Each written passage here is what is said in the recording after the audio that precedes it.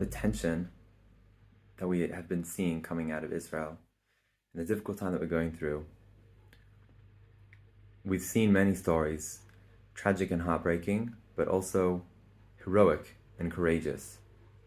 Some of the stories, especially from the initial day of the onslaught of the attack of Hamas against Israeli communities, were unbelievable stories of courage and heroism from individuals, citizens and soldiers from around the country who took up arms, took their cars, sometimes empty-handed, with whatever they had at arm's reach, and drove straight away to the site of these atrocities to do whatever they could do to fight back, to clear away the wounded and get them to help into safety.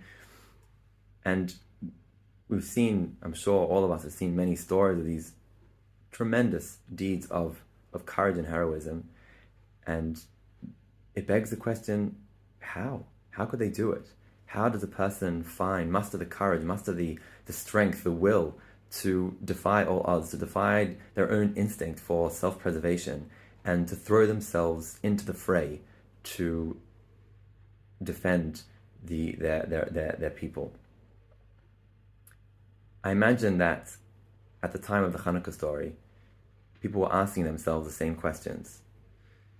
Not, how could it be that Matityahu and his sons, his family, were able to defy the Greeks, to wage this guerrilla war of impossible odds, where the rest of the nation were hiding in tunnels and caves, chiseled away into the mountains that we can still see today, in order to escape the ferociousness and the atrocities committed by the Greeks against the Jewish people. And indeed, some of the commentators asked that even on a halachic level, seemingly there was no obligation for the Maccabees to enter into this war. There was no direct threat to life. There was persecution, and there was a certain mitzvot that we were forbidden to from fulfilling. But none of these required an individual to sacrifice his life for this cause. And I think the answer comes from Matityahu's and the Maccabees' ability to look outside of themselves.